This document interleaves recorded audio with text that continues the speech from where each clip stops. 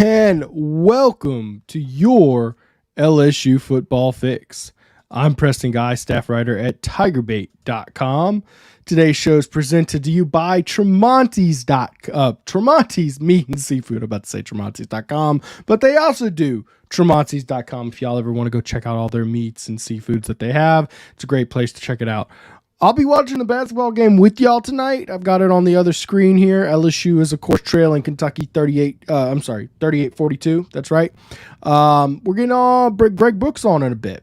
So I'm going to start the show off kind of doing a lot of your comments because let's be honest, if you're in here tonight while the basketball game's on, you're the hardcore football fans. But we'll also be kind of recapping the Citrus Bowl at first. And then when Greg comes in here, we're going to talk with him about the Citrus Bowl next season, his expectations, and we'll cut up a little bit with him. We'll have some fun with him. Afterward is always kind of a fun thing for me. I'm going to take LSU's depth chart they listed going into the Citrus Bowl, and we're going to take a look at that, and we're going to predict what LSU's depth chart could look like going into next season. Now, understand, I am going to be wrong on at least one of these. What it looks like the day after the season ends is never what it turns out to be. So, it's a crapshoot, but I'll say this year, my job's a lot easier than it's been for a long time. It looks like LSU could bring back 18 or 19 starters based on, who you consider a starter or whatnot. So let's get some comments. Blaine Smith, what's up? Hugh, great bowl win for LSU. Yeah, no, it was great. It was great to be on the other end of it. As last year, LSU got absolutely pummeled by Kansas State with a depleted roster, interim coach, all that good stuff. So it was good to be on the other side of it. Here's a good question. Is there a smear campaign going on against LSU? This Butte party allegation seems false. What are you hearing about the most I can say about it is Coach Kelly addressed it after the game last week or yesterday. He addressed it. He said, all my staff has been held to the highest of standards. Everyone's in good standing, right? So that was his denial of it. So I think that if there were something there, we might have heard a little bit more out of Kelly there. That's all I can really say. Preston, where you at? Hey, man, I'm right here. Don't call it a comeback. I've been here the whole time, dog. I just put the little countdown. I put the countdown timer on because I noticed a lot of my content in the first 2 or 3 minutes is kind of wasted every week while people are gathering in. I put the announcement for the show out there. People come to watch, and then 2-3 minutes takes people. So all the first 2-3 minutes of what I say, I kind of have to repeat. So I put that there. Blaine, I don't know if it's a smear campaign so much as trolls. I think people love attention, and there's a lot of people with access to do whatever they want on the internet nowadays. Let's see here. I'm here, #1 fan and best manager and biggest supporter ever too since I was 10 years old. All right, Kevin Costner.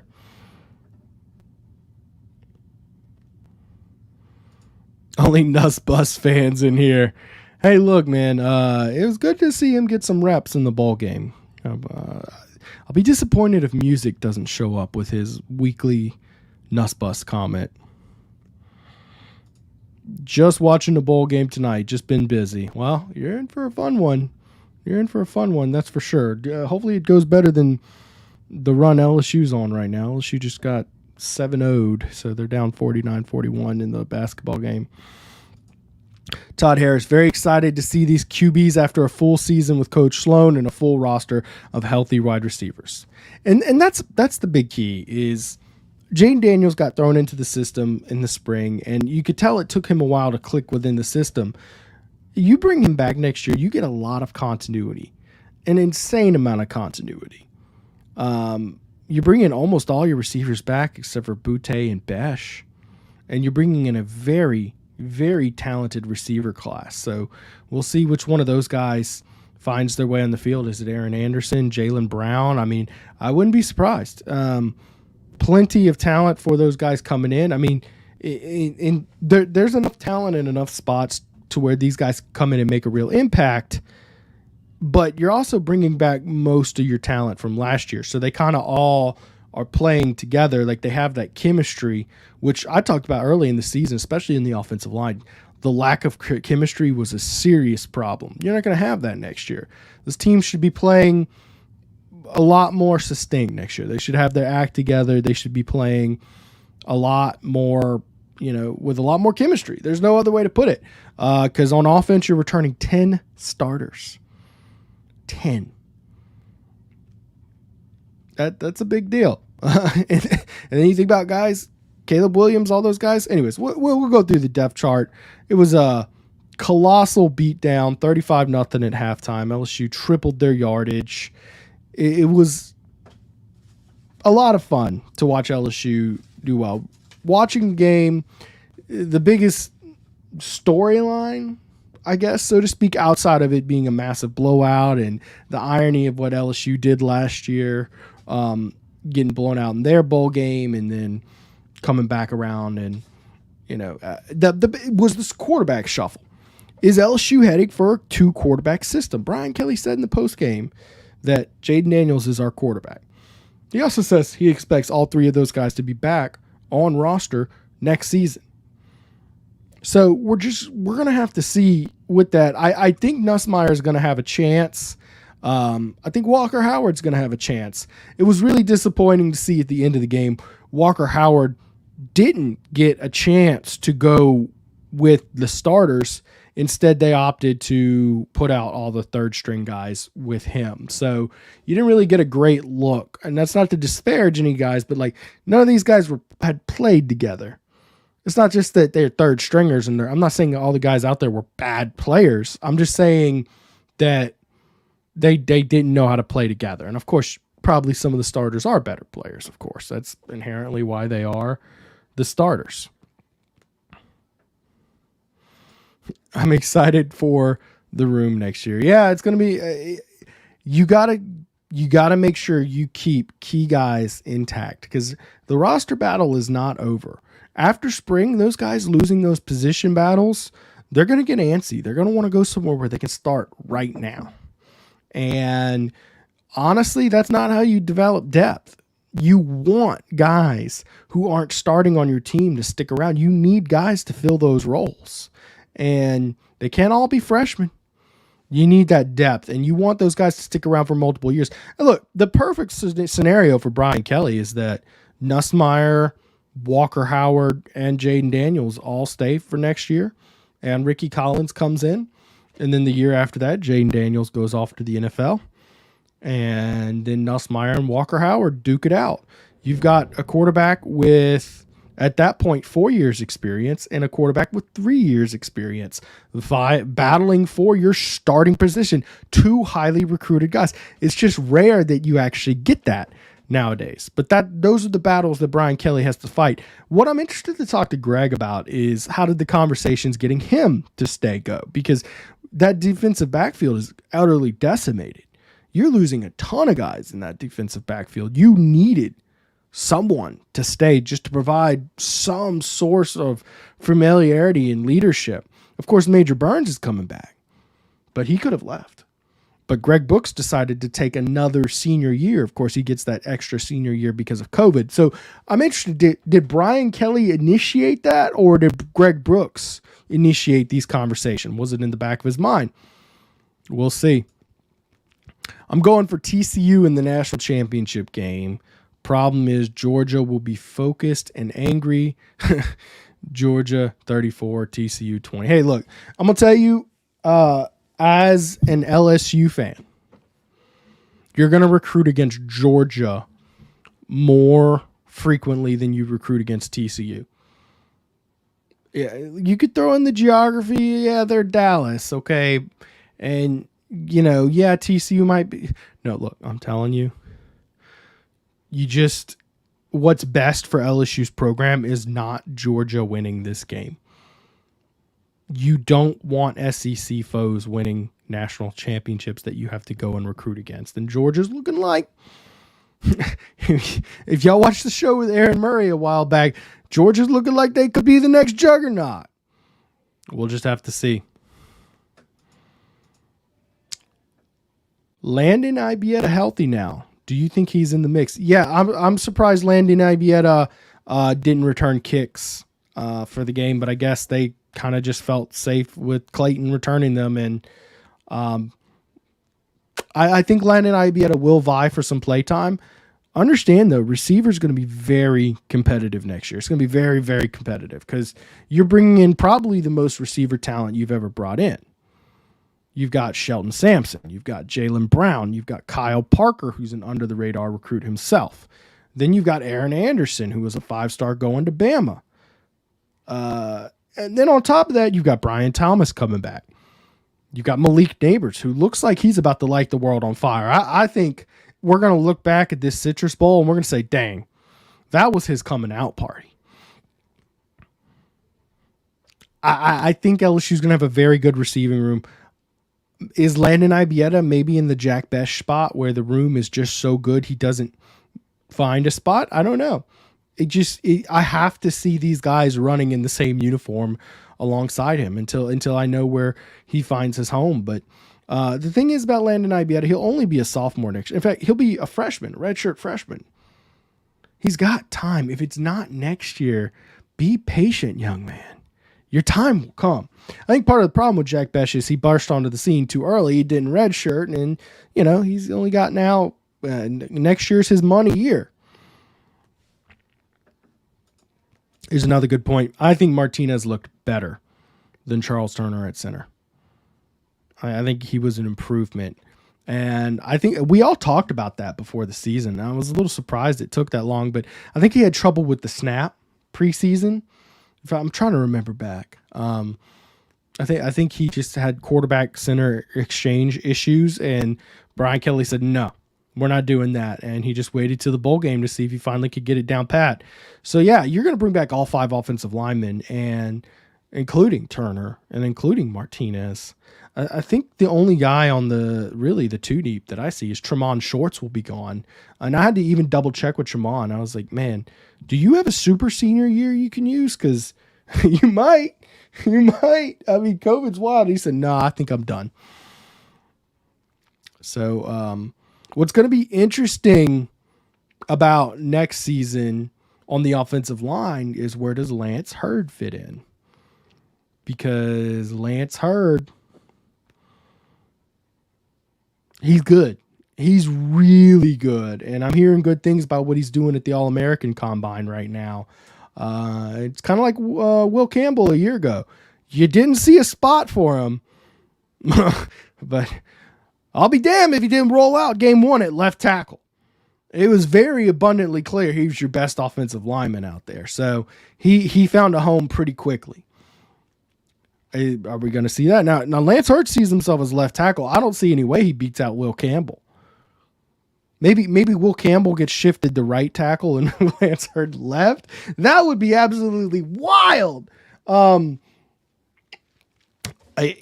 was actually kind of wondering if one of the guys slides into center next year with a full year to develop in the system and so much more depth. I was wondering that, but now with Marlon Martinez, maybe you don't. Maybe you don't.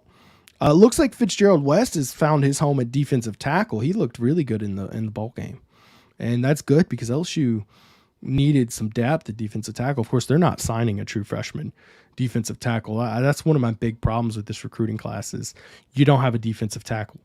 Go field a football team. Go run this freshman class out. And your defensive line it lacks the size it needs in the interior to stop the run. That's one of my pet peeves with a recruiting class. One of my idiosyncrasies, how I evaluate is every recruiting class should be able to field a football team. 2023 champs. I'm gonna go more in depth once I go through the complete depth chart of what I see with this team. I'll go more in depth, and of course as the season progresses, but right now it's looking like LSU should be a top 10 team. I'm thinking 7 or 8 in the preseason, and later shows I'll see how the national championship goes, And of course, next week it'll be the day after the national championship. So I'm gonna wait and see how the national championship goes, and then I'm gonna look at the teams and I'm gonna see, okay, who should be leaving, who should be coming back, and what teams LSU should jump and what teams they shouldn't. There's a lot of buzz. A lot of guys are thinking LSU will be projected to win the West next year, which, I mean, predicting anybody to win the West is basically predicting them to go to the playoffs. We'll see. We're keeping all 3 quarterbacks next year. Kevin, I think you keep all 3 quarterbacks this spring. It's going to be tough to keep all 3 of those guys on your roster going into the fall camp. It just is. That's just life. And not very many coaches do it. I don't think Saban could do it. But I do think that we're going to see all 3 of those guys coming in for spring ball for sure. Neighbors showing out at quarterback competition. Malik Neighbors showed off, and Neighbors, those passes he were making were not gimme throws. Those were some pretty good throws.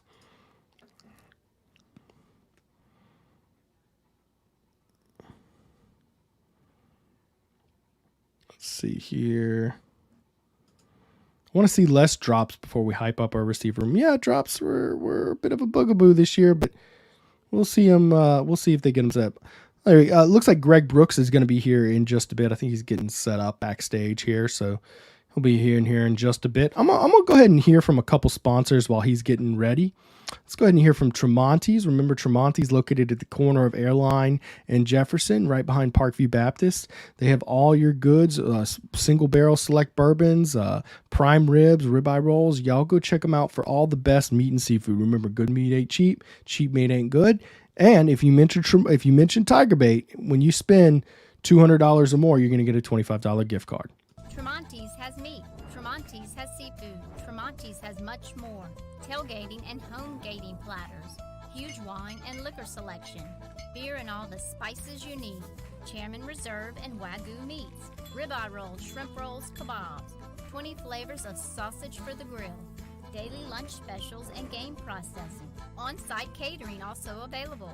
Good meat ain't cheap and cheap meat ain't good. Visit Tramontes.com.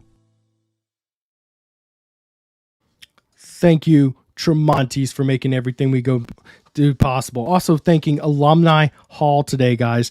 Guys, y'all know where I'm going with all my Christmas money this year. It's Alumni Hall. It's like Willy Wonka for an LSU fan, guys. It is your ultimate shopping experience for all of your LSU goods, whether you're looking for apparel, family, hats, drinkware, wall art, you name it, they've got it. They're going to have your Citrus Bowl gear to celebrate the huge 63-7 win. Go check out Alumni Hall at Perkins Row or shop anytime at alumnihall.com. Remember, LSU students, faculty, and military all receive 10% off.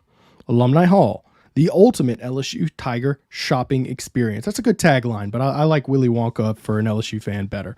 All right, with no further ado, here he is, the man, Greg Brooks. Greg, what's going on, man?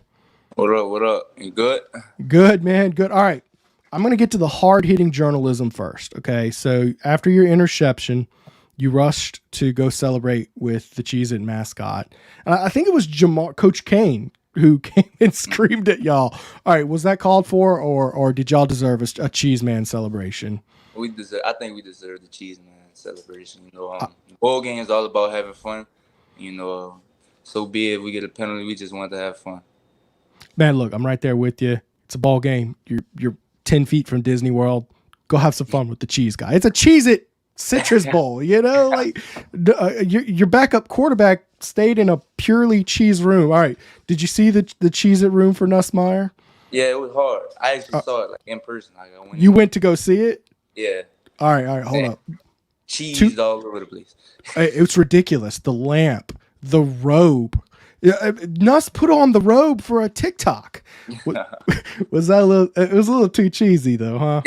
Come on, that's too much cheese, right? Yeah, it was cool though. It was a fun experience. You know what I'm saying? Yeah. Well, it sounds like Cheez-It's doing a real good job with making it a fun experience for the players. Um, Speaking of experience, you're coming back next year. You're going to be a super senior next year. What? Just bluntly, why are you coming back? Really, I believe in us next year. You know what I'm saying? 2023, I think it's gonna be a real good year for us. And I feel like we can be playoff contenders starting the season off. So you know what I'm saying? And starting the game off, yesterday, it's just a great way to start 2023 and going into spring. Put all the pieces together, and we have a lot of guys coming back, a lot of guys that want to play, and it's gonna be a real fun year. There's certainly a ton of talent. I count 18 or 19 starters returning, which is the most in quite a while. It's funny how fast 365 days ago you had like 39 scholarship players, and it's just funny how fast this ship has turned around. I'm curious, can you walk me through the process? What went through making your decision? Did you initiate with Brian Kelly and company that you wanted to return, or did they come to you and say, "Hey, man, we would love to have you back"? So after we played Ole Miss, I think we went on a bye week. They actually asked me, what do you think about next year? And I'm just, I started thinking about it a lot with my family. And then once we played Texas A&M, I kind of knew that I wanted to come back. Help me obviously improve my draft stock and stuff like that. But really, I just want to win a national championship. I've never won a championship before, so that's one of my main goals to be a team captain in that aspect. Well, team captain, I think you'll definitely have a good shot at that. I mean, this defensive backfield has not much experience returning outside of yourself. They're going to look to you for a lot of leadership. There's no doubt about that. Was it in the back of your mind that you might want to return? Because some NFL teams will be interested in you, and I'm sure you know that. Was it in the back of your mind already, or was that something they really convinced you to do? I would say it's something they convinced me to do. At the start of the season, I was like set on being one and done at LSU. I actually had a decent draft grade. It wasn't like I had a horrible grade or something Right. like that. I Like, you could worked be hard. making some good money next year. There's no Mhm. doubt about that. You're not an undrafted guy, no doubt. Most definitely. But I just saw myself, in a better position coming back next year. I'm not that old to say I'm a senior. Hmm. So I felt like it would be a better position for me and to help the team. And obviously help Coach Kelly bring what LSU deserves. So, what did you have like a one-on-one with Coach Kelly about this? Yes, sir. How did that conversation go? What was that like? It was really well. We talked about the pros and the cons, obviously, but we also talked about what he sees for the team. You know what I'm saying? It wasn't just more about me, what he sees for the team and what direction that he wants me to help them go in. And, with as many DBs leaving next year, we talked about this. I mean, you're going to be the guy that people look to for experience and that veteran presence. Um, was that something appealing to you, that you're going to be the guy they look to? It's basically you and Major coming back. Most definitely, that's my guy right there. Shout out Major Burn. You know what I'm Yeah, saying? I'm But sure he might be your safety companion back there. most definitely, he definitely will be, But I feel like it's our job to lead everybody, lead that defense next year. I know we're gonna lose like our key linebackers and stuff Yeah. like that. But I feel like it's on us too to lead that defense in the right way, be more vocal within the group, and keep everything on point. So you do think that Major will, because he played a lot of nickelback this year. You think he's Mhm. going to shift back to free, right?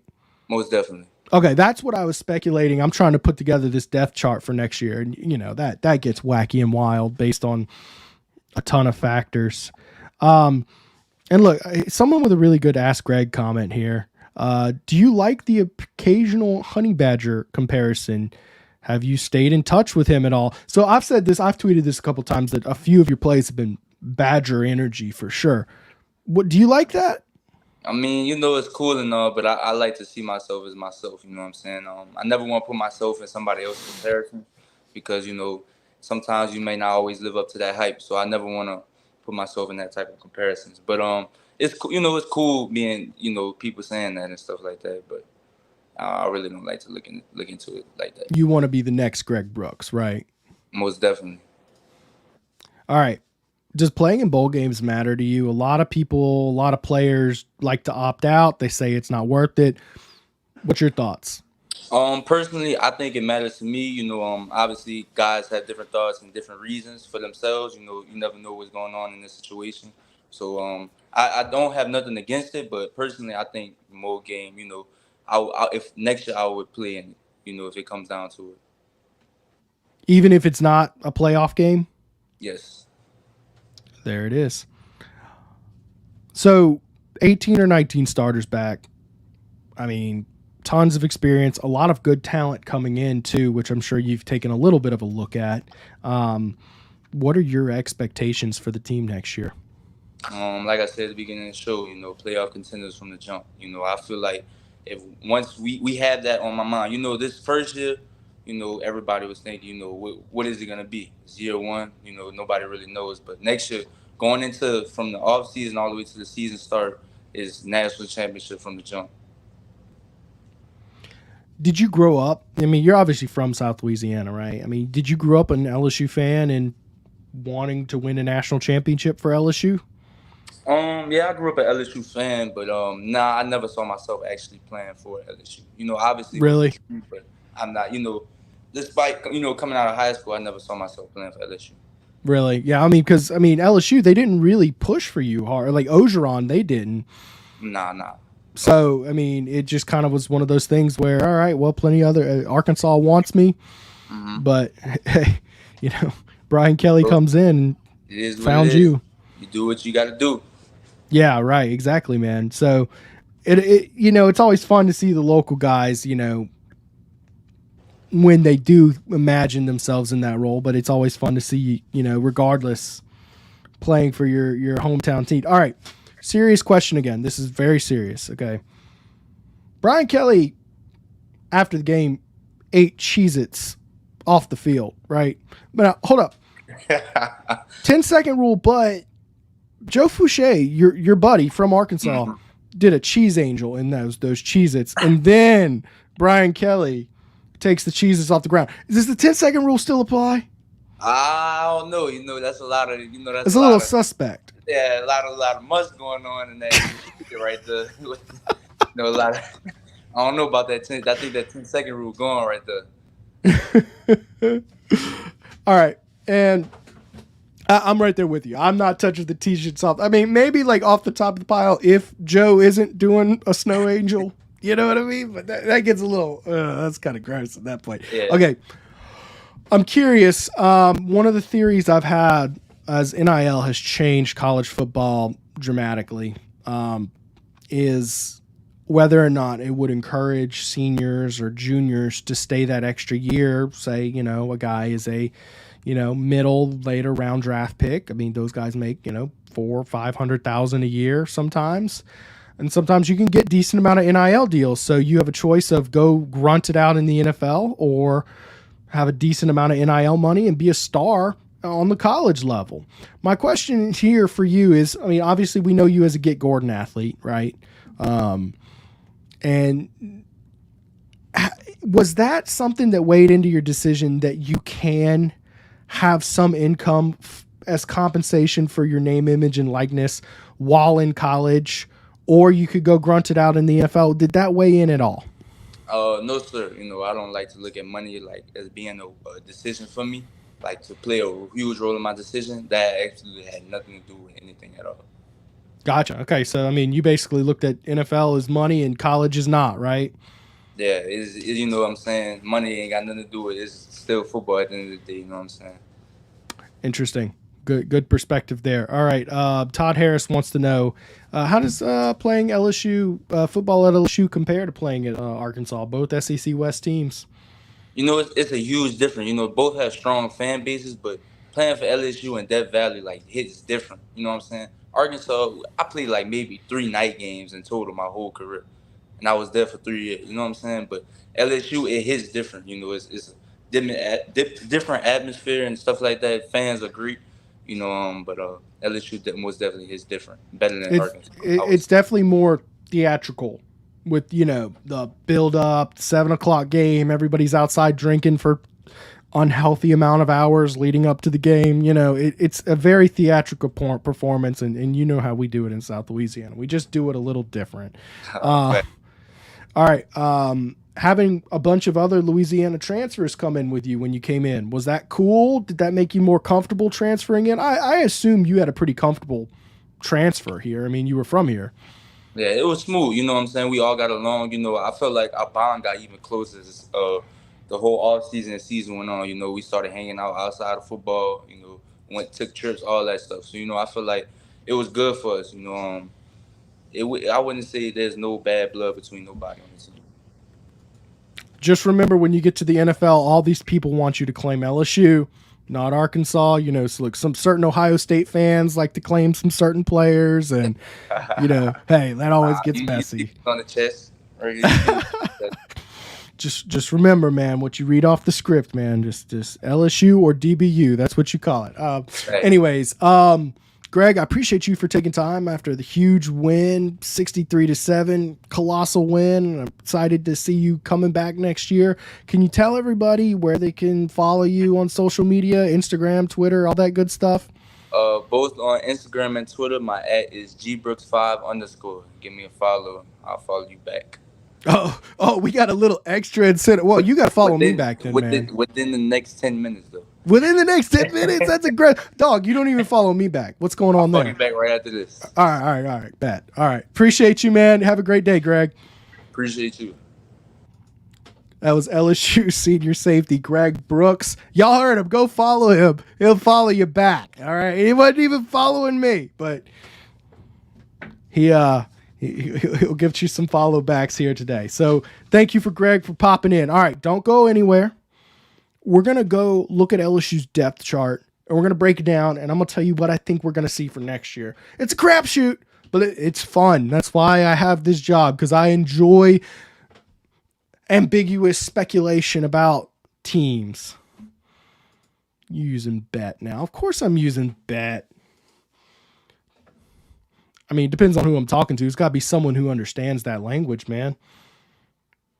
All right, so what I'm going to do here is I'm going to hear from a couple sponsors, then we're going to go straight into the depth chart. Okay, so first off, Tramonte's. Y'all already know, if you watch the show, Tramonte's makes everything we do at TigerBait.com possible. If you do $200 worth of catering or any order of whatever, you want to just impress your guys for a barbecue, $200, you get a $25 gift card for free for the next time you come back.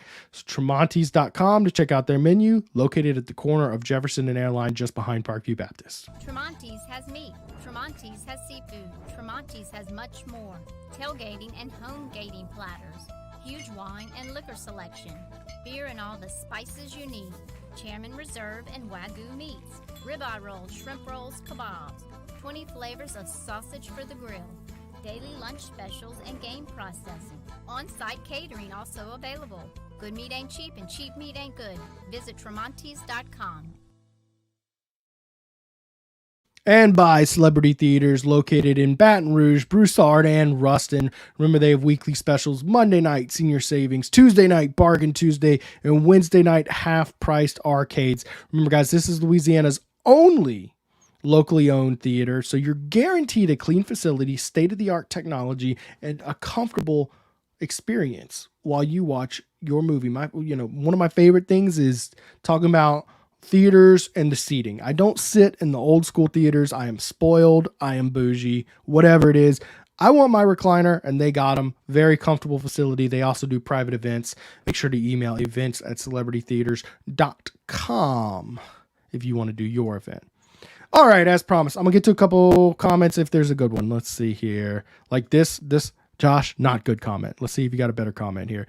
You trying to be hip. See, another bad comment. I am hip, Josh, okay? Just because I'm 31 and have a son and married with a mortgage, that doesn't mean I'm old and boring now. I'm not like Mike Scarborough or something. Come on, jeez. Depth at running back. An entire secondary didn't Major say he was leaving after the bowl. I think Major Burns said he'll be back. Major Burns is coming back. If y'all heard something different, let me know. But I'm pretty sure he said he's coming back. So that leads me to the depth chart. Here we go. All right. So looking at LSU's depth chart, you're starting off at wide receiver. Brian Thomas back. Malik Neighbors back. Keishawn Butte, he's out, but you got Kyron Lacey there. Now, if those are your three receivers, you're doing just fine.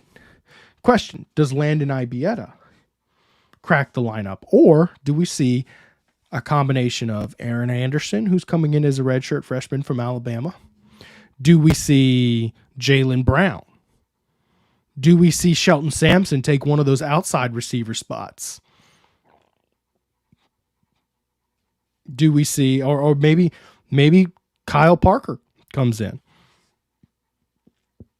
There's no shortage of talent. If I had to predict the third wide receiver, because the first two are going to be Brian Thomas and Malik Neighbors, I think the third one will be Aaron Anderson manning that slot position. That's what I think. Again, that's why I tell y'all, this is a crapshoot, guys. It's an utter crapshoot doing this stuff. Left tackle Will Campbell. I'd be surprised to see if that changes, y'all. He was really good this year. He's only going to get better. He's back. Miles Frazier, back. Look, does Lance Hurd come in? And with all that chemistry he has playing at the same high school as Will Campbell, slide in there at left guard next to Will Campbell. I could see that. I mean, it'd be ridiculous to beat out Miles Frazier. What do you do with Miles Frazier then? What a great problem to have. Does Miles Frazier...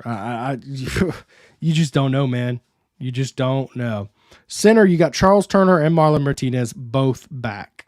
And Garrett Dellinger behind him back as well. One of those three guys will be your starting center. Either way, you're going to be improved this year. Marlon Martinez looked incredible in the bowl game, and at this point, he'd be the front runner. Right guard, Anthony Bradford, looked really good. He'll be a senior next year. I expect he'll be back. Tremont Shorts, the reserve at both guard spots this year, he's gone.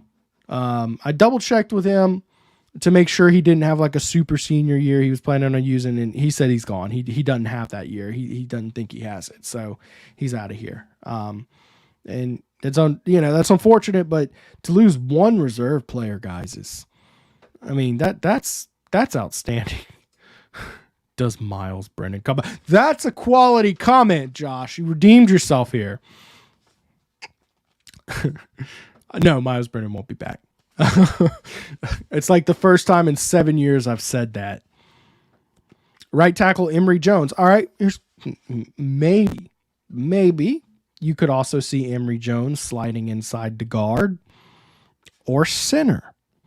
That's another question I've had. Maybe Emory Jones can slide into center. He's kind of grown out of that center spot. He's so tall now. I mean, he used to be 6'4". Now he's listed at 6'6" now. That'd be ridiculous to play center, but he definitely could. Maybe he slides into guard or center, and we see Lance Hurd. I don't know, but I'm just telling you, expect to see Lance Hurd somewhere you don't expect to see him. The only spot I don't expect to see him is on the bench. Moving on to tight end, Mason Taylor, I expect him to be your guy. He should be much improved. You really start to saw him gel. He was one of those guys, we were talking about drop problems. Mason Taylor was one of the guys with drop problems early in the season. He's going to develop, grow physically. Man, physically, he already looks like a specimen. I mean, you see he's listed 6'5", 245, Mason Taylor. The question is, who's going to be your depth? And I don't want to touch too much on depth today because even talking about your starters this far out is an utter crapshoot, and probably someone could record today's show and play it in 6 months, and I look like a big dummy, but I'm going to try my best anyways. Not 6 months, 9 months from now. But I wonder which one of those talented tight ends is going to be the guy who comes in relief of him. Is it going to be Mark McWay? He's the highest recruited, but we know Pimpton is very under-recruited, and he's much more of an elite pass catcher type guy. He needs to put on some weight, but one of the more underrated recruits is Pimpton. And then there's McGowan there. You know that Denbrock likes McGowan because he recruited him at Cincinnati. He's a really good developed blocker. I don't know. We'll see. I like all three of those tight ends they're bringing in. And they really needed a tight end. They need at least one of those guys to come in and take reps next year because it can't just be Mason Taylor next year because that's not the system Brian Kelly wants to run, is just one tight end that you can trust. Speaking of system he wants to run, quarterback, we talked about quarterback already. Jaden Daniels will probably be the guy. Garrett Nussmeier, Walker Howard there, as well. Both of those guys will be. Walker Howard will be a redshirt freshman. Nussmeier will be a sophomore, and Jaden Daniels will be a senior. It'll be interesting to see which one of those guys stick around. You know what stood out to me in the Greg Brooks interview? What stood out to me was he said he was planning to come in as a one and done. His plan was to come to LSU and leave, and he had that idea until the Ole Miss game. Brian Kelly had the forethought to talk to him in the bye week after the Ole Miss win. By the way, took advantage of a huge emotional win and sat down with Greg Brooks and convinced him to come back.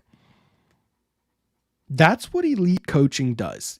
Convincing talent, and he said he had a good draft grade and everything was going to plan until Brian Kelly said, come play for a championship. And that's exactly what he did. Is he able to do the same thing? Because everybody's looking at this quarterback room and saying, oh yeah, Nussmeier's gone. Oh, Walker Howard, he's gone. One of those two guys is gone. Or maybe Nussmeier beats out Jaden Daniels in the spring somehow, and then Jaden Daniels would, of course, be gone. I'm just saying if Brian Kelly can keep all three of those guys on your roster, that's an unrealistically strong performance from BK. We'll see. We'll see which one of those guys you lose. At running back, this is a position where you're hoping to get some improvement, especially depth-wise. Now, the talk is John Emery is looking like he might go pro. You know, he's a senior. Yeah, he has the super senior option because of the COVID year, but he's been around a while. It's been an up and down career. It's never really panned out on the field. And, you know, you got two guys coming in who might take snaps from you next year. Ball security is an issue, and you know how Brian Kelly doesn't like anybody who turns the ball over. Josh Williams is looking like your starter. Of course, I mean, he was your Mr. Reliable next year, but you need more guys. Noah Kane really came on strong toward the end of the year, and then Goodwin's coming back as well, coming off an ACL injury. Of course, I think that's back-to-back years, though. Goodwin's coming off injury, and that's not good for a running back. You have to hope for Goodwin that he'll be the same. It's just a lot of guys, especially at running back or receiver or DB, they come back a half step slower, and I hope that's not the case for Goodwin. I hope he comes back and he's every bit of what he was. But that being said, having four running backs is like it's like being handcuffed. Brian Kelly's bringing in two high-quality backs, Trey Holly, Caleb Jackson. I'm sorry, not Caleb Williams. Caleb Jackson. Boy, that'd be nice to bring in Caleb Williams, wouldn't it? But no, Caleb Jackson's also good. And Caleb Jackson is chiseled. He's had a high ankle injury. Didn't play much this year. But Caleb Jackson's a track star, and he is rock solid. Physically, almost exactly like Michael Ford. Probably a little bit of a longer stride than Michael Ford. But it's just the similarities are just very strong. I could see either one of those guys taking 40-plus carries next year. In fact, I could see both of them taking 40-plus carries, really helping the offense, giving it a much-needed punch in the arm. So, depending on what Emery does, your lineup could look like Josh Williams, Noah Kane, maybe Caleb Jackson, Trey Holly. I don't know. It really doesn't matter who your starter is at running back. I mean, Josh Williams is set to be your starter, but it doesn't matter because Brian Kelly is going to rotate these guys a good bit. You need four guys. So that's your offense. I mean, 10 out of 11 guys coming back from the bowl game. You've got also 10 of 11 guys because Josh Williams didn't play the bowl game, but Josh Williams will be back and would have been the starter for the bowl game. So arguably a healthy LSU for the bowl game, and all of your bowl game starters are back. That is a wild statement. So we'll go with 10 starters back on offense. It's pretty crazy, y'all. Pretty crazy. Before I transition to defense, I'm going to hear from my last ad of the night from Tramonte's. We're going to get their plug in, and we're going to get right back to it. Where is Tramonte's? Ugh, I need a producer. Can't press the buttons and do the show and be the talent. All right, here we go. Tramonte's has meat. Tramonte's has seafood. Tramonte's has much more. Tailgating and homegating platters. Huge wine and liquor selection. Beer and all the spices you need. Chairman Reserve and Wagyu meats. Ribeye rolls, shrimp rolls, kebabs. 20 flavors of sausage for the grill. Daily lunch specials and game processing. On-site catering also available. Good meat ain't cheap and cheap meat ain't good. Visit Tramontes.com. Thank you, Tramontes.com, for making our show possible. Need Derek Davis to stay at running back. Boy, he looked good in the bowl game. We'll see. It's an interesting thing because he was so highly recruited at safety, and here he is playing running back. It'd be great to bring back Derek Davis, but he is in the transfer portal right now. We'll see. Maybe Brian Kelly can do some magic there. And speaking of that big, powerful running back, maybe he could be that big, powerful running back. John Emery has shown flashes of being that big, powerful running back, which is funny because when he got to LSU, he wasn't. But John Emery has shown flashes of being able to be that. Caleb Jackson is chiseled, y'all. I mean, he is rock strong. He could be that big bruising back for LSU. Just don't overlook him. Wow. Caleb Jackson and Derek Davis starting by the Bama game. That's aggressive, especially the Derek Davis take, considering he's in the transfer portal. But I'm not rooting against him. What about Goodwin and Mason? Mason Smith? No. That's 1A. Mason Taylor. Yeah, Mason Taylor will be your starting tight end, and Goodwin, I already talked about him. I hope his health is in good shape. Jeray Jenkins did start most of the year. He did, but he split time with Malik Neighbors, and he split time with Brian Thomas, of course. So, I think it's fair to call Brian Thomas a starter. He started the bowl game, and that's kind of what I'm basing this off of is the bowl game depth chart. So, if you want to say Jeray Jenkins is a starter, they lost, and say they're bringing back 9 starters. That's fair. That's a fair take. Some people are going to say that. Some people are going to say 10. Some people are going to say 9. I'm just going through what the talent they're bringing back based off of the bowl game depth chart. Defense. All right, Mike Jones. He's leaving LSU. It hadn't really worked out the way he wanted to here at LSU. He was hoping to take it to another level. Interestingly, Mike Jones was the only player on LSU's roster who played in the 2019 National Championship game. Of course, he played for Clemson, and he was on LSU's roster. So he's going. But Quincy Wiggins, of course, split time with him at that jack edge rusher position. And look good. Showed some real good flashes and potential there. When you talk about guys and frame, I mean, you have to start with Quincy Wiggins. Of course, he only had 2 tackles in the bowl game, but I mean, 6'5", 270, he's every bit of that, and he's lean. You have to hope with some good coaching, he'll be an absolute freak. He reminds me a lot of a Daniil Hunter, just physically speaking, except for he's probably got a little bit of a better frame than him. So I'm expecting Quincy Wiggins to hold on to that spot next year. I'll go ahead and call you. Worth noting, they list 12 starters on this defense. That's why I keep on going back and forth, 18, 19 starters. Because, I mean, is the nickelback really a starting position? They've got it listed as one, but whatever. We'll they play. Quincy Wiggins probably will take that jack role. We'll see. He might take defensive end, but I expect Savion Jones will be this defensive end. He's got more of a true defensive, like, hand in the dirt. The jack rusher, they like to kind of pull back sometimes. And Savion Jones has been more consistent with his play.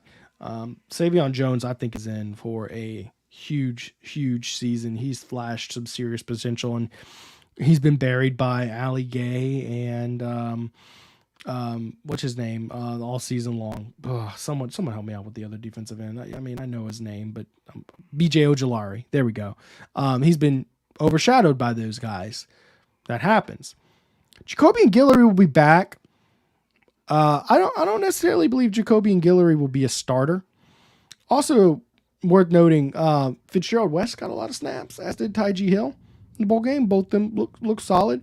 Mekhi Wingo's just been an absolute rock for LSU in the middle of their defensive line. He just plays so hard. Now, 6 foot 295. I've stood next to him. I think I'm taller than him, and I'm 6'1", and I think he might be closer to 5'11", but he don't play it on the field. He plays hard. Of course, Mason Smith will be back, and he'll be one of the best defensive tackles in the country. So Wingo Smith, but don't be surprised if Jordan Jefferson comes in and takes some reps, the transfer from West Virginia. Don't be surprised. Depth-wise, it'll be interesting to see who develops, behind those guys. Do they switch one of these freshmen? Maybe Dylan Carpenter, he's a defensive end, but maybe he beefs up and slides to the interior. He's got the frame to do that.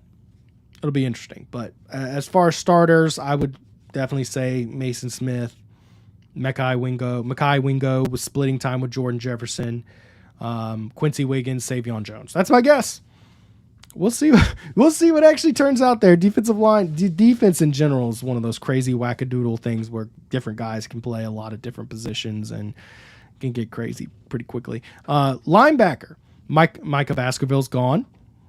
He's had an excellent career for LSU, and he will be going to the pros. For his spot, you're going to be between West Weeks and Demario Tolan. Be interesting to see which one of those guys. They're both going to battle it out. I guess Demario Tolan would win, but I don't know. I don't know, really, quite frankly. It could be either one of those guys at that starting linebacker spot. But I do know that Harold Perkins and Greg Penn are in good spot for the other two linebacker positions, and you're feeling pretty good about your linebacking core. I just would like to see some depth developed. You're bringing in Whit Weeks, the younger brother of West Weeks, but you're not bringing in a ton of linebackers in the transfer portal or your recruiting class. It's going to be interesting to see who they develop in this linebacking core moving forward. I'm sure Brian Kelly will address that, and it'll be a big concern for next year. Now, defensive back.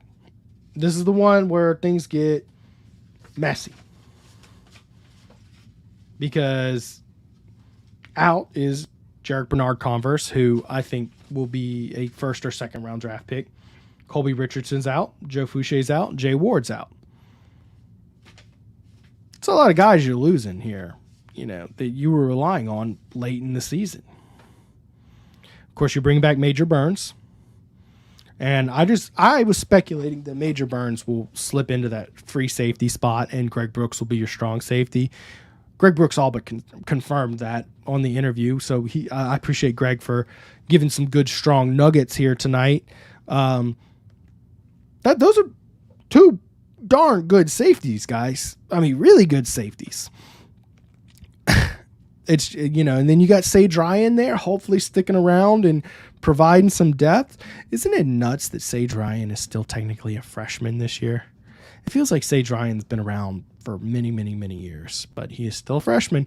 Hopefully he can develop and work on some of, his he was on the wrong end of some big receptions this year. Hopefully he can work and improve his game, and who knows, we'll see him. But I don't expect Sage Ryan will take a starting spot, because LSU brings in a ton of talent this year. Now, I'm not gonna speculate on depth chart below the starters behind, other than Sage Ryan, of course, who I already did, because he's right there, the low hanging fruit. But I expect one of your starting cornerbacks will be Denver Harris. He was very good for Texas A&M when he was on the field. It was more off the field concerns that were the problem for him. I expect he'll be a starting corner. And then the other two, the nickelback and the other corner. I don't know which one's going to be which. But you've got Javian Taviano. I think Taviano starts game one. I think he's that talented, that good. I think Taviano is going to be a starter. And then Ty Alexander, the Southeastern transfer. You know, he has something like 7 picks over the last 2 years. He's been their best player. I could see him being a starter either at nickel or corner. If I had to guess, if you put a gun to my head, I'd say Taviano corner and Ty Alexander nickel, but until I see them in spring ball, it's really hard to say. That defense, that's look, count them up. Wiggins, Wingo, that's Guillory. And of course, Mason Smith will take that spot probably. So 1, 2, 3, 4, your entire defensive line from the bowl game. From the bowl game now. Hear me out. From the bowl game. Not the BJ Ojolari's gone. Okay. Ali Gay's gone. From the bowl game, guys. That entire defensive line will be back. You're going to lose one backer. And then you get 2 DBs back of the 5 they have listed. That's 8 starters from the bowl game you're bringing back. So you've got, you've got 18 starters coming back that started in that bowl game that beat Purdue 63-7. Watch out, guys. Watch out. On special teams, I don't know any. I have no insight as to whether Dibert could develop to be better than Ramos or not next year. Until further notice, Ramos. Jay Bramblett, I think he's gone. Pretty sure Bramblett will be gone and going off to the NFL. Peyton Todd will be there. The booming leg out of West Monroe. Hopefully he's healthy and can get some control on his punts, and he'll be a good punter for LSU next year. Slade Roy back, long snapper. Now kick returner. Thank God. Aaron Anderson is an elite returner. Let him return everything. I'd also like to see Landon Ibieta now that he's fully healthy. Put the ball in Aaron Anderson's hand, and that solves all your problems. And that's my guess for next year's depth chart. And you can see there's a ton of talent coming back and a ton of talent that's going to get sprinkled in to this team. And you can argue about, a lot of people are going to spend a lot of time arguing, oh, well, Nussmeier, or, oh, well, Jaden. Well, guess what? Right now, the coaches have their choice of whichever one they want. So roster-wise, looking pretty good. Oh, coaching staff. Right now, there might be no turnover. Now, I've never seen a season where LSU did not lose one coach. There's going to be some turnover. A lot of people, the immediate finger goes to Brian Polian. I don't know what happens to Brian Polian. I haven't heard anything to say he would be gone. I do know he's very valuable as a recruiter, and I do know that, he's got a lot of excuses of, the roster he had to work with and the situation he inherited, and, being forced to have a walk-on return kicks at LSU is an anomaly of a situation. Let's be frank, guys. That's not going to happen at LSU any other year. So, that's the devil's advocate. I could just join right there and run the mob and run Brian Polian out of town, but that's not insightful commentary. Y'all can all go to Twitter and see enough people doing that. I'm just telling you what the excuse. I'm just playing the devil's advocate here with Polian. But it's possible every single coach comes back next year. That'd be the most continuity of LSU that I can't remember any team ever having more continuity than that. Granted, it's soon, and a lot's going to change. We're going to hear guys making decisions here in the next few days. Spring ball guys are going to make decisions. They're going to bring in more transfer portal guys. I'm hearing good things about they might go after Anthony Lucas, the transfer portal defensive tackle from Texas A&M, Of course, I think there was a connection with Jamar King previously there in the recruiting. So, they're going to bring in more transfer portal guys, and they're probably going to add one or two more guys in the signing class in February. Who the guys are, I don't know who that is. But they're going to go get more talent in. So you kind of see where I'm going. It's kind of a crapshoot, but we're all curious. So I figured I'd do my best to go down it and do my best to pick out who. All right. Got a few more minutes left in the show. I'm going to get to your comments. If you got a comment, get it in. In our league, yes, you're going to need a nickel. Well, I told you who I think is going to be the nickel. I think it'll be Ty Alexander. To cover 14 for Florida. Yeah, that's the guy, Arizona State transfer guy you talking about? I don't have their numbers memorized, but yeah, they had some really good receivers. And their quarterback's coming back. Travis Daniels? Oh, no, anyways, I don't know why I'm bad at names when I don't have them in front of me, but y'all know who I'm talking about. Does Jordan Jefferson have a younger brother named Justin? Just curious. There's a Jordan Jefferson with a younger brother named Jefferson. There's also another Jordan Jefferson who has probably doesn't have a younger brother named Justin, but there is a Justin Jefferson committed to Alabama. So this year we will see a Jordan Jefferson, Justin Jefferson matchup in the LSU Alabama game. Interestingly enough, Sage Ryan got caught on the hot mic. Oof, you hate to see it. Ooh, looks like LSU is down 1 to Kentucky with 3.4 seconds. So if y'all see me jumping here or anything like that, just ignore it. Just ignore it. I wonder what the hot mic said. Frank McCatry says Bank, Brooks, Burns, Harris, game 1. Bank. I'm trying to think who Bank. Who are you talking about? Who's Bank? Looking at this recruiting class. Am I crazy? I might be crazy. Anyways.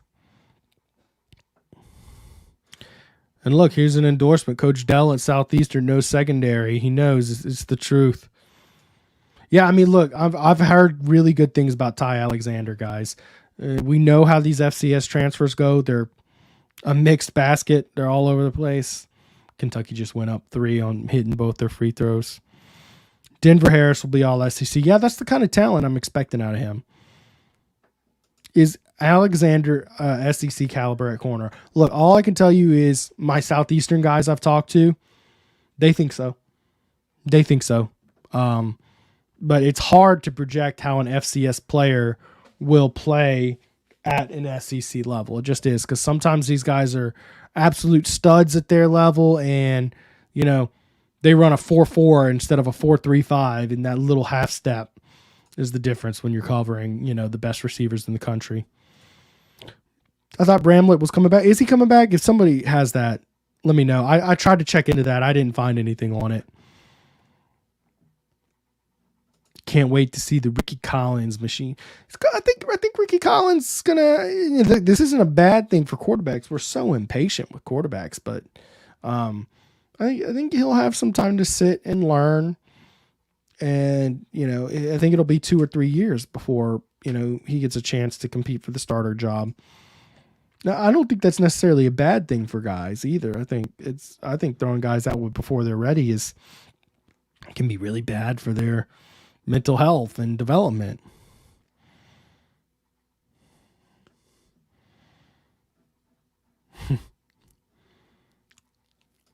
Yeah, no, I doubt that Brian Kelly's done in the portal either. Todd Harris, I think we're going to see some work. Polian is a great roster. Yeah, I mean, look, Polian's a very valuable recruiter, valuable administrative guy.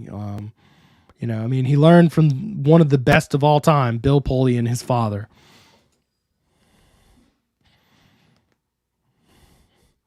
But I will say this, that if he comes back, he will be under a great amount of pressure to improve next year. Oh, my goodness. LSU and his foot was on the line. LSU just lost to Kentucky. I can't believe he took a shot with the foot on the line. Oh, LaTerrence Welch. Yeah. LaTerrence Welch is a guy who didn't play much this year. Of course, he had a lot of injury. He played sparingly. That's why I didn't really want to comment on depth. I just think that those guys are going to be ahead of. I think Taviano is going to be ahead of him when he gets here. LaTerrence Welch is a guy who battled a lot of injuries at Acadiana High School, but he'll definitely be a guy contributing next year.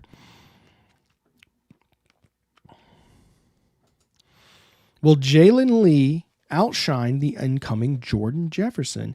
My understanding is, talking to Florida guys and West Virginia guys, that Jordan Jefferson was one of their better players, whereas Jalen Lee was having trouble producing anything at Florida. So my expectation is that Jordan Jefferson will be more of the impact player.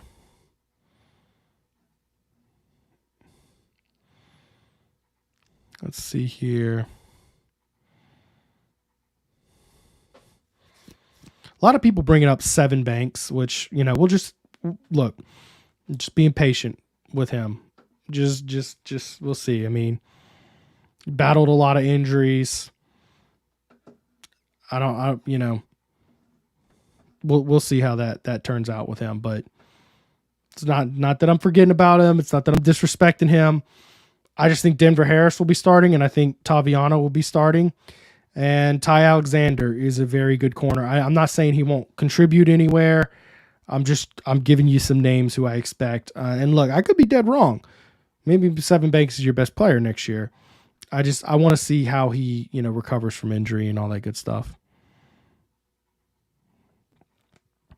And like I said, guys, I was more so just naming some guys who could be starters next year. I'm not really getting into, the full breakdown of the full depth chart for all 22 positions. That's just, it gets wild because of things like that.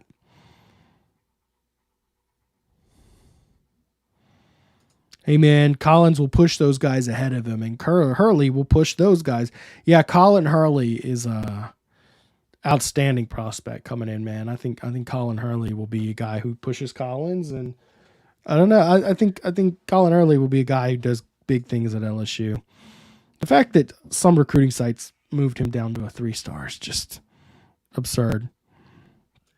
Can Denver Harris stay out of trouble? Well, that's what Brian Kelly is here to do, is help guys stay out of trouble.